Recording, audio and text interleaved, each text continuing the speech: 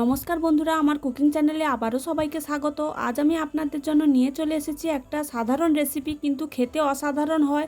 আপনারা অনেকেই আম ডাল, সবজি ডাল, এমনি ডাল বানিয়ে খেয়েছেন। এইভাবে একবার মাখা বানিয়ে দেখুন, খেতে কিন্তু দুর্দান্ত হয়। এইটা দিয়ে সব ভাত শেষ হয়ে যাবে, আর কোনো কিছু তরকারির প্রয়োজন হবে না। তারপর একটা কড়াই গ্যাসের মধ্যে বসিয়ে দেবো, ওতে কিছুটা জল দিয়ে জলটা গরম হয়ে গেলে এখানে কিছুটা মুসুরির ডাল নিয়ে নিয়েছি। ডালটা ভালো করে ধুয়ে পরিষ্কার করে জলের মধ্যে দিয়ে দেবো। ফুটে উঠলে ওর থেকে যে ফেনা বের হবে সেটা আমি একটা চামচের সাহায্যে তুলে ফেলে দেব। তারপরে কিছুটা হলুদ দিয়ে কিছুক্ষণ সেদ্ধ করে নেব।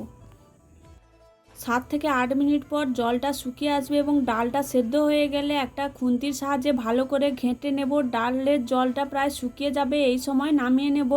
অল্প একটু জল থাকলেও কোনো অসুবিধা নেই। তারপর ডাল সেদ্ধটা নামিয়ে নিয়ে ওই কড়াইটা ভালো করে ধুয়ে পরিষ্কার করে গ্যাসের মধ্যে বসিয়ে দেব।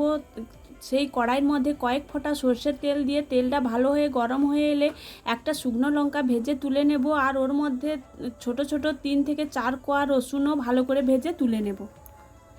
তারপর একটা বাটিতে আমি নিয়ে নিয়েছি পেঁয়াজ কুচি, কাঁচা লঙ্কা কুচি, শুকনো লঙ্কা ভাজাটা আর রসুনের কোয়াগুলো। তারপরে ওই পাত্রের মধ্যে সামান্য পরিমাণ লবণ দিয়ে দেব, দিয়ে লঙ্কার সঙ্গে ভালো করে মেখে নেব। রসুনের কুচি, কাঁচা লঙ্কার কুচি আর পেঁয়াজ কুচিটাও একসঙ্গে ভালো করে মাখিয়ে নেব, আর দিয়ে দেব পরিমাণ মতো সর্ষের তেল। দিয়ে সব উপকরণ ভালো করে মেশানো হয়ে গেলে আগে থেকে সেদ্ধ করা ডালটা দিয়ে হাত দিয়ে ভালো করে মেখে নেব।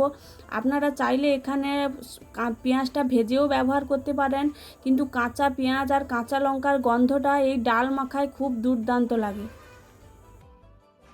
মাখানো হয়ে গেলে গরম গরম ভাতের সঙ্গে পরিবেশন করুন ডাল মাখা। আপনারা এইভাবে একবার বাড়িতে বানিয়ে দেখবেন, ছোট বড় সবারই পছন্দ হবে। যারা ডাল পছন্দ করেন না তাদেরও পছন্দ হবে। ভিডিওটি ভালো লেগে থাকলে আমার চ্যানেলটি সাবস্ক্রাইব করে দেবেন।